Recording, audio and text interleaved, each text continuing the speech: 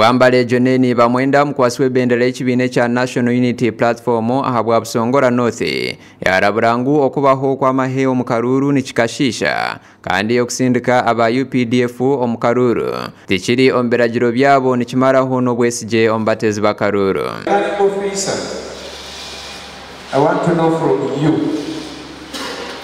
when do we need UPDF when we have peace and Kasese until an election? Because we are facing this in the country that UPDF is getting much involved in an election, which is against the law. Oyesimbirenka Independent asimwe Mike Mbakania yashabaka chiko k'ebyobururaka Electoral Commission n'abakuru bako okugamba bwerure no kujumirira ebikorwa ebyokugurira abatezi ba Karuru. Akaruru katakatirwe hamwe n'ombona kubwako na nokuhabura abantu babutosha habikwatirine n'ebikorwa nkebi ngo n'abari kubikora nibeja kufubirwa. We have seen elections where the night before the election becomes so busy, salts and other things are being supplied.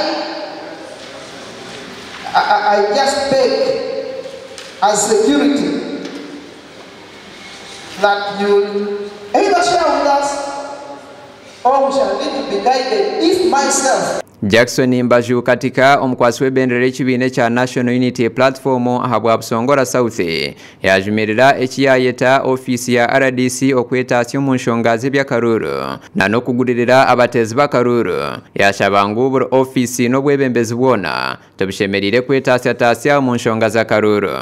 The other person is the office of the RDC.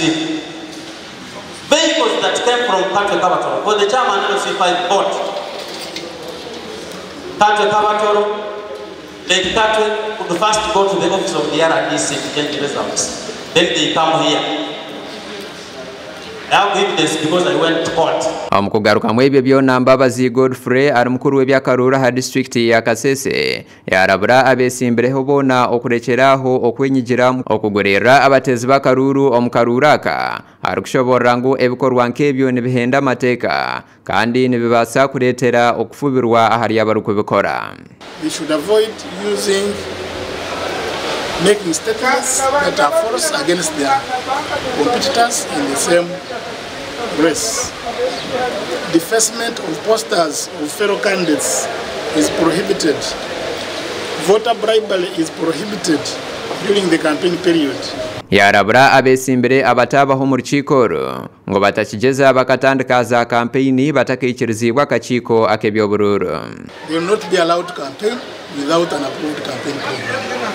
This must be very clear to them that the Commission shall not allow any candidate to embark on any campaign without an approved campaign program. Okutereza ebyokusherura Akaruru na nakufubirwa okwabo abarahende mishango omubwire bw'okukasherura na nokutebekanisa okubarkwija kutwaza campaigns zabo nezimwe ahanshonga ezagambwaho omu rukikoro n'ekigendererwa ky'okutebekanisa abesimbire okubarkwija kutandika okusherura Akaruru. Gasha kwa Mate Isaac habwa Tayari West.